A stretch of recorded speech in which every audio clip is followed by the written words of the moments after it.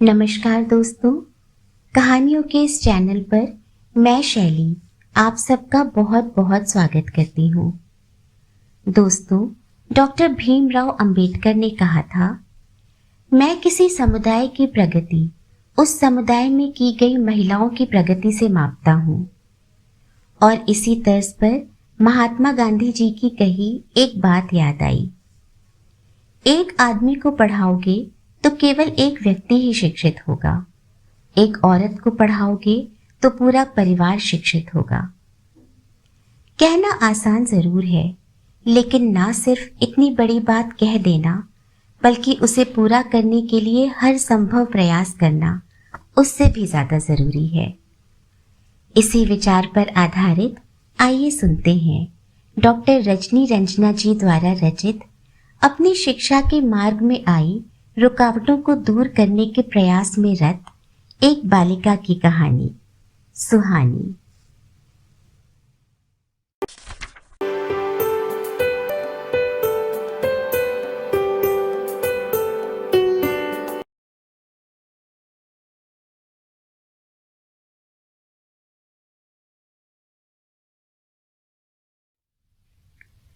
उसने घर के एकमात्र शीशे के सामने खड़े होकर चोटी बनाई। चोटी लापरवाही से पीठ पर फेंक कर कजरारी आंखों में काजल डाला। इतने से ही उसे लगा कि वह खिल उठी है। काश नई यूनिफॉर्म भी मिल जाती तो साल के पहले दिन स्कूल जाना कितना अच्छा लगता। उसने जगह जगह से बदरंग हो गई सोने कुर्ते की बाह को देखकर सोचा। एकाएक उसका दिल चाहा कि वह खुद को आदमकद शीशे में देखे, लेकिन फौरन ही सोचा, अच्छा है आदमकद शीशा नहीं है, नहीं तो ये जगह जगह से बदरंग कपड़े और भी अधिक दुख देते। फिर उसे टीचर के कहे गए वाक्य याद आए, जरूरी नहीं है कि आपके पास हमेशा नए और कीमती कपड़े ही रहे, जरूरी है कि वे कहीं से फटे या सीवन उधड़े ना हो। इसके अलावा जरूरी है कि वे साफ धुले हुए हों। उसे तसल्ली मिली। कपड़ों से क्या होता है, उसके नंबर तो क्लास में सबसे ज्यादा आते हैं। उसे कितना अच्छा लगा था जब टीचर ने उसे रिजल्ट पकड़ाते हुए कहा था, अगले साल वजीफे वाला इम्तिहान दिलवा देंगे तो कॉपी किताब की मदद हो जाएगी। अब तो बाबूजी भी स्कूल जाने को मना नहीं करेंगे। कितने खुश थे उसका रिजल्ट देखकर वे। पूरे पास पड़ोस में कहते फिर रहे थे कि उनकी बिटिया ने उनका नाम चमकाया है। 8वीं कक्षा में पूरे क्लास में सबसे ज्यादा नंबर हैं उनकी सुहानी के। यह देखकर सुहानी को पूरी तसल्ली थी कि उसके बाबूजी उसे आगे पढ़ने देंगे। उसने पेन और कॉपी उठाई। अभी पढ़ाई तो होनी नहीं है, एक कॉपी ही बहुत है। बाहर बरामदे में अम्मा सिलाई मशीन पर झुकी सुई में धागा पिरोने की कोशिश कर रही थी। उसने अम्मा से धागा लेकर सुई में पिरोते हुए कहा, अम्मा कुछ रुपए मेरे पास हैं, बस 50 रुपए तुम दे दो, आज फीस लगेगी, दाखिला लेना है। उसने महसूस किया उसकी आवाज में हनुमानगढ़ी की सीढ़ी पर बैठे अंधे भिखारी का स्वर उतर आया है। उसे चिढ़ है इस स्वर से, और यही स्वर जब तक उसकी आवाज में खुल जाता है। क्यों, कम से कम अपनों से अपनी बात बिना दीनता के साधिकार कही जा सकती है ना। सुनो जी, 50 रुपया दे दो, आज सुहानी का दाखिला होना है। माँ की वाणी में तो उससे भी अधिक दीनता आ गई। उसने सोचा, माँ और बेटी नारी की 2 पीढ़ियों में एक जैसा भिखारीपन क्यों है। भाई तो माँ से पतंग के लिए भी पैसा मांगेगा तो ऐसे जैसे खुद कमा कर रख गया हो माँ के पास। अब क्या करना है इसे पढ़ाई के, जितनी पढ़ ली बहुत है। लड़के हैं 3-3, उन्हें पढ़ावेंगे तो पीछे तो अपने ही काम आवेंगे। इसका क्या, आज का दिन यहाँ कल अपने यहाँ गई, इसे तो अब रसोई वसोई सिखा बस, कहते हुए पिता ने 3 साल पुरानी अपनी शर्ट पहनी और घर से निकल गए। अम्मा ने घायल निगाह बेटी की ओर बढ़ाई और बोली, रुक जा, देखूं। बक्सा टटोलकर पोटली में बंधे कुछ मैले तुड़े मुड़े नोट और कुछ सिक्के निकाले। उसने स्कूल के क्लर्क की बड़बड़ाहट का अनुमान लगाया। ये ना चलने के नाली से निकले नोट, वह तो देखते ही फेंक देगा उसके मुंह पर, उसने सोचा। फिर भी पोटली के रुपए गिने, 8, 9, 10। अब वह सिक्के गिन रही थी, कुल 16 रुपए। इतने में क्या होगा अम्मा? क्या करूं बिटिया, मेरे पास तो इतने हैं, तू तो जाने है सब। जानती हूँ अम्मा, तू फिक्र मत कर, मैं ही कुछ करती हूँ। उसका मन अम्मा के लिए श्रद्धा और दर्द से भर आया। ये जो पूंजी अम्मा दे रही थी, ये वो पूंजी है जो अम्मा ने किसी की तेल मालिश करके, किसी की बढ़िया बना के, किसी की साड़ी में फॉल लगा के इकट्ठी की है। ऐसे पैसे अम्मा अक्सर बाबूजी और भाइयों से छुपा कर ही रखती है।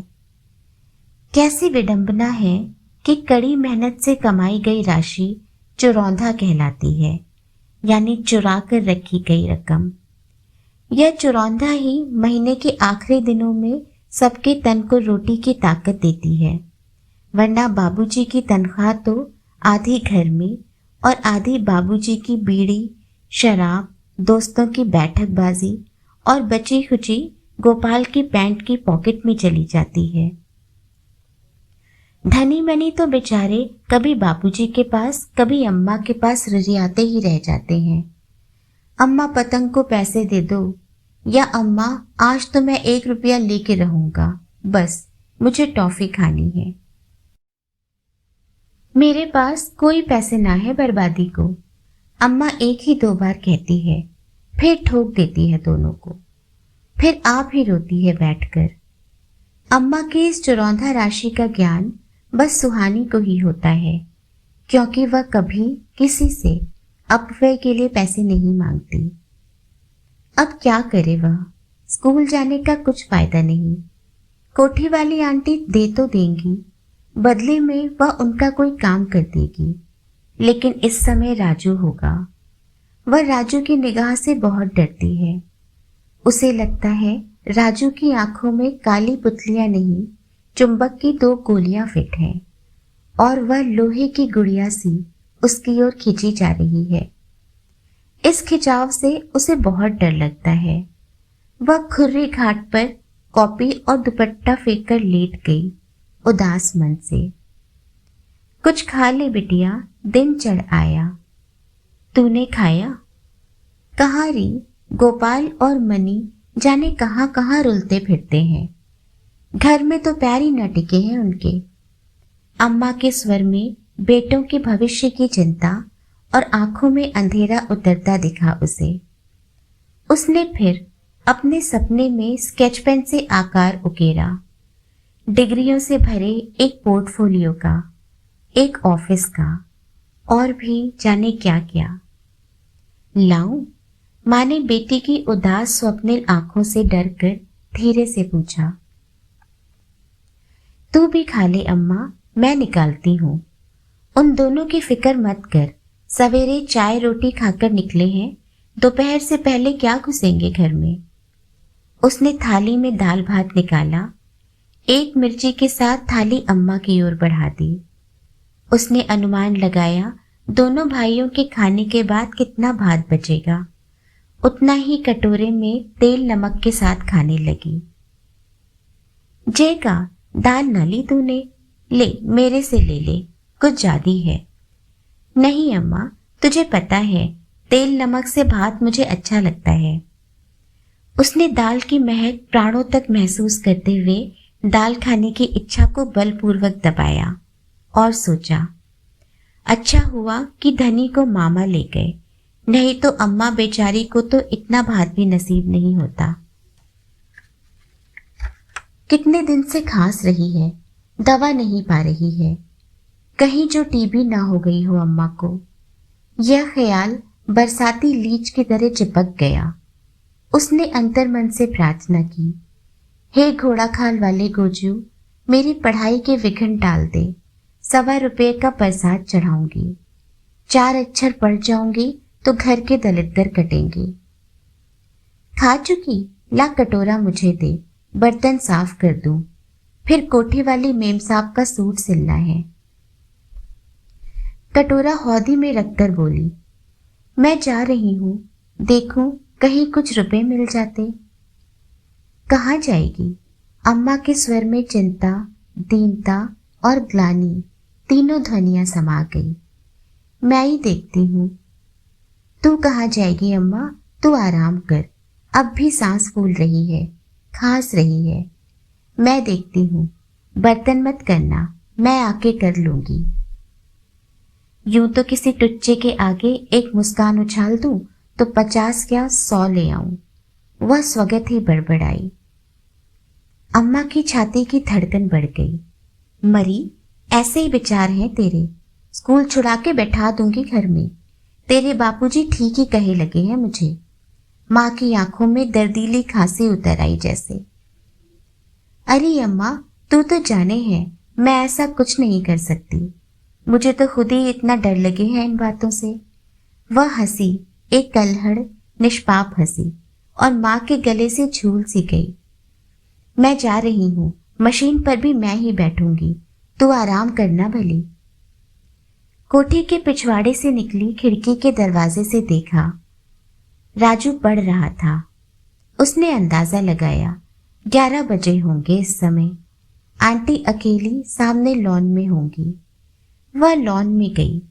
आंटी के साथ एक औरत और बैठी थी जिन्हें सुहानी नहीं जानती थी। वह वापस आई, ठिठक कर पिछवाड़ी की खिड़की से झांका। कुर्सी पर राजू नहीं था। पीछे के गेट पर पहुंची तो देखा गेट का एक पल्ला पकड़े राजू खड़ा था। लोहे की जाली वाला पल्ला कांप रहा था। नमस्ते राजू भैया। नमस्ते। कहाँ आई थी? मम्मी से मिलने? हाँ। उसने करीने से ओढ़ा हुआ दुपट्टा कंधे पर फिर संभाला। कोई काम था? हाँ था तो। स्वर में हताशा उभर आई। कोई और बैठी है उनके साथ। कोई बात नहीं, फिर आऊंगी। उसने लापरवाह बनने की कोशिश की। मुझसे बोल, मैं कुछ कर सकता हूँ? नहीं, कोई खास बात नहीं। फिलहाल उसने मुस्कान उछालकर आंटी से रुपए निकलवाने का प्रोग्राम स्थगित कर दिया, क्योंकि राजू को वह टुच्चा नहीं मान सकती थी। वह वहीं सीढ़ी पर बैठ गई। कहाँ जाए वह? इस सारी बस्ती में सब एक ही थाली के चट्टे बट्टे हैं। उसके घर में तो फिर भी लक्ष्मी ठहरती है, वरना और घरों में तो 1 तारीख के बाद तनख्वाह लेकर मर्द सीधे मसाला पाउच लेने शराब की दुकान पर पहुंच जाते हैं, फिर आकर बीवियों को मारते हैं, कुछ पड़ोसियों से झगड़ते हैं। किसी किसी महीने तो यह झगड़ा खून खच्चर तक पहुंच जाता है। वो तो भला हो बड़े साहब का कि शराबियों की आधी तनख्वाह उनकी बीवियों को देने लगे हैं। इस बात पर याद आया कि ललिता चाची भी आधी तनख्वाह लेकर घर आती हैं। घर खर्च के बाद फिर थोड़ा मोड़ा कुछ बचा भी लेती हैं। उन्हीं से ले लेती हूँ। नहीं, ऐसे लेना क्या ठीक लगेगा, उसने सोचा। एकाएक उसे याद आया, पिछले दिनों मोहन चाचा उसे सूट का कपड़ा दे गए थे, राखी पर सोनू भैया की ओर से उपहार। वह घर गई, बक्सा खोला, एक हसरत भरी नजर डालकर उसे कागज में लपेटकर नए कपड़ों की शौकीन ललिता चाची के घर चल दी। चाची के घर का दरवाजा अंदर से बंद था। टीवी पर शायद न्यूज चल रही थी। एकाएक टीवी की आवाज में जोरदार तमाचे और देती है कि दूं एक और कि शंभू काका की आवाज घुल मिल गई और दरवाजा फटाक से बिना हाथ लगाए खुल गया। सामने लाल लाल आंख लिए शंभू काका खड़े थे। 10-10, 5-5 के नोट रहे होंगे, जिन्हें उन्होंने मुझे देखते ही मुट्ठी में मसल कर बंद कर लिया। बोले, क्या है, क्यों खड़ी है यहाँ, स्कूल नहीं गई? और जवाब सुने बिना ही सट्ट से बाहर निकल गए। वह खड़ी सोचती रही, अंदर जाए या नहीं। सामने ललिता चाची खड़ी थी। टीवी की रोशनी में उनकी आंखों में चिंगारी और पानी साथ साथ दिखे उसे। डब्बू चारपाई पर सहमी सी बैठी थी। उसे देखते ही रो पड़ी और भागकर उससे लिपट गई, ठीक वैसे ही जैसे बचपन में कुत्ता देखकर धनी चिपट जाता था उसकी टांगों से। उसने डब्बू को गोद में उठाकर प्यार किया। उसे अंदर आना पड़ा। क्या है सोनी? ललिता ने उसके सामने हुए अपमान को पीकर सहज होने की कोशिश की। टीवी देखने आई है? नहीं चाची, आज स्कूल नहीं गई तो सोचा चाची के पास। उसने बात अधूरी छोड़ दी। इसमें क्या है? अब पैकेट ललिता के हाथ में था। सूट का कपड़ा है, सिलाने लाई है? नहीं चाची, तुम्हारे पास लाई थी, कुछ पैसों की जरूरत थी। तब तो तू ले जा सुहानी। देखा नहीं, शराब का आशिक सारे रुपए छीन कर ले गया। सोचा था रक्षा आ रही है, डब्बू को एक फिराक सला दूंगी। सो बुरा हो इस शराब डाइन का। चुड़ैल ने सारे घरों के जवान मर्दों की जवानी पी डाली है। मरे नामर्द अपनी अपनी जोरुओं पर जुल्म करने लगे हैं। बच्चे भूखे मरे तो मरे उनकी बला से। चाची का दर्द फूटने लगा था। सच्ची चाची, ये तो है। जब तक कंपाउंड के बाहर दारू की दुकान रहेगी तब तक तो। अच्छा चाची, चलती हूँ। चिंता अब तक उसके साथ गठजोड़ किए थी। अब क्या करे वह? यह जो एक घर का हाल उसने देखा है, कमोबेश यही हाल हर घर का है। वह एक बार फिर कोठी के पीछे से गुजरने को विवश थी। रास्ते में चिंकू मिला। शराब खाने की ओर लपका जा रहा था। देखते ही खीसे निपोर कर बोला, कहाँ जा रही हो रानी? जहन्नुम में। चलेगा? अरे बप्पा हो, बड़े गुस्से में है तू तो। उसने पान से रंगे लाल पीले गंदे दांत निकाले। वह चुप रही। उसने खुद से पूछा, मुस्कान उछालूं? और खुद ही खुद को हुड़क दिया, नहीं, टुच्ची है क्या? खिड़की के पार फिर अनचाहे ही झांका। राजू इस बार पलंग पर पड़ा एकटक छत निहार रहा था। वह लॉन में आई। दृश्य पूर्ववत था। वह लौट पड़ी। इस बार वह राजू के कमरे की ओर से नहीं जाएगी, उसने सोचा, और वह घास के मैदान की ओर बढ़ी। अभी जरा दूर ही चली थी कि काला मोटा बिच्छू देखकर चीखी और ठिठक गई। क्या हुआ? राजू खिड़की पकड़े खड़ा था।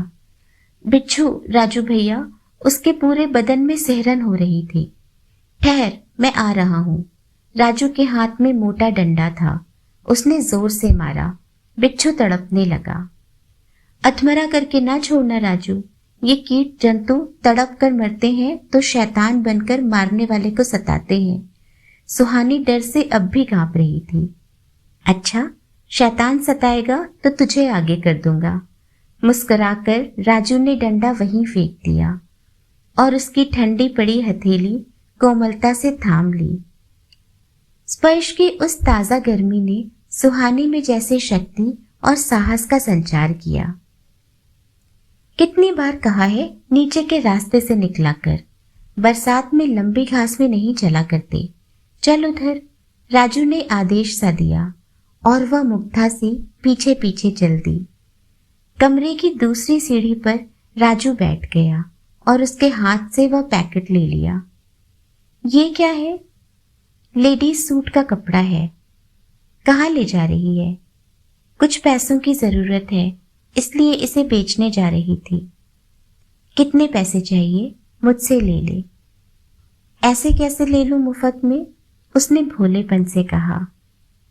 उसके भोलेपन ने राजू पर गुनगुनी धूप सी छिटका दी। वह अकेलेपन की बदली से झांकती सूर्य की नेह किरणों से उस पल नहाते हुए बोला, तो बोल, कितने में देगी यह? 50, पर ये तो लेडीज है। कहीं लिखा है इसमें लेडीज है? और पागल, यार 150-200 का कपड़ा 50 में क्यों दे रही है? ठहर, मैं आया। राजू कपड़ा उठाकर भीतर चला गया। लौटा तो उसके हाथ में 200 रुपए थे। रुपए देखकर असमंजस में पड़ी सुहानी से बोला, ले रख ले, ज्यादा नहीं है, चिंता मत कर, मम्मी भी कुछ नहीं कहेंगी। रक्षाबंधन पर नंदिनी दीदी आ रही हैं, उन्हें दूंगा। सुहानी की कृतज्ञ आंखें भर आईं। थैंक्स राजू भैया। ना, सिर्फ राजू, बस एक दोस्त राजू। राजू ने वर्जना के लिए तर्जनी उठाकर नहीं का संकेत किया। सुहानी ने राजू की पवित्र मुस्कान भरी आंखों में आज धनी मनी के काले कंचे नहीं, गन मेटल की डार्क मोतियों की अनूठी चमक देखी। सुहानी खुश थी, बहुत खुश। वह अपनी माँ के गले में झूल गई। देख अम्मा, 200 रुपए, अब कल मुझे स्कूल जाने से कोई नहीं रोकेगा। हाँ हाँ पता है अम्मा, ये चाचा का दिया कपड़ा कोठी वाले राजू को दे आई है। टुच्चा इसकी मुट्ठी में रुपए ठूस रहा था। खून कर दूंगा किसी दिन उसका। यह गोपाल था, जहर उगल रहा था। क्यों कर देगा उसका खून? मैं ना कर दूं तेरी चकोरी का खून? और सुन, टुच्चा तू है और तेरा वह दोस्त चिंकू। कह देना अब के जो मेरा रास्ता रोका तो रामपुरी आर पार कर दूंगी, शराबी कहीं का। जहर का उत्तर जहर से देकर वह हल्की हो गई। अम्मा, चाचा का सूट राजू ने नंदिनी दीदी के लिए ले लिया और अपनी पॉकेट मनी से 200 रुपए दिए। इसे रख ले अम्मा, कल ले लूंगी स्कूल जाते वक्त। माँ की छाती फिर धड़की। उधर खुर्री खाट पर लेटकर सुहानी ने खुद को मखमल की शैया पर लेटी हुई महसूस किया। उसकी आंखों में सपने खेलने लगे, मीठे सुनहरे भविष्य के, डिग्रियों से भरे पोर्टफोलियो के, एक सुंदर ऑफिस के। इन सारे सपनों के साथ एक बहुत खूबसूरत दोस्ती हाथ में हाथ डाले चल रही थी। तीसरे दिन स्कूल से लौट रही थी तो राजू और उसकी दीदी लॉन में टहल रहे थे। राजू उसी कपड़े की शर्ट पहने था। उसने महसूस किया यह राजू की सबसे सस्ती शर्ट होगी, पर उसका गोरा रंग येलो ऑकर शर्ट में और भी निखर रहा था। राजू उसे देखकर मुस्कुराया, पर सुहानी ने उसकी मुस्कान को निगाहों से छूकर निगाहें झुका ली। उसे लगा कहीं अधमरा बिच्छू शैतान बनकर राजू को सताने न लगे। उसने गोपाल की ठसक भरी खांसी और चिंकू की जेब में रखे रामपुरी की कड़कड़ाहट हवा में और अपनी हड्डियों में एक साथ महसूस की। नहीं, वह राजू की ओर देखेगी भी नहीं, उसने सोचा और प्रार्थना की, हे भगवान, राजू को हर बुरी आत्मा से बचाना। उसके मन में प्रार्थना के साथ एक विवश निश्चय उभरा और दीदी को नमस्कार करती हुई आगे बढ़ गई। दोस्तों, सुहानी की आंखों में सपने थे अपने उज्जवल भविष्य के, अपनी वर्तमान की दरिद्रता के पाश से स्वयं को और अपने परिवार को हमेशा के लिए मुक्त कराने के। और इसके लिए वह अपने वर्तमान को कठिन परिश्रम की तेज आंच में जलाकर अपने भविष्य को कुंदन बना डालने की इस तीव्र इच्छा को पूरा करने के लिए शालीनता के दायरे में रहकर कुछ भी करने को तैयार थी। संसार की सभी सुहानियों को अपने जीवन को बेहतर बनाने के सभी अवसर और सुगमता पूर्वक मिलते रहें, ऐसी ईश्वर से प्रार्थना है। इसी कामना के साथ अब चलती हूँ, फिर मिलूंगी। तब तक अपना और अपनों का बहुत सा ख्याल रखें। हमसे जुड़े रहने के लिए चैनल को सब्सक्राइब करें और बेल आइकॉन को प्रेस करें। पसंद आए तो वीडियो को लाइक एंड शेयर करें। कहानी से संबंधित विचार हमें कमेंट बॉक्स में ज़रूर बताएं। मुस्कुराते रहें, स्वस्थ, सुरक्षित और प्रसन्न रहें। नमस्कार।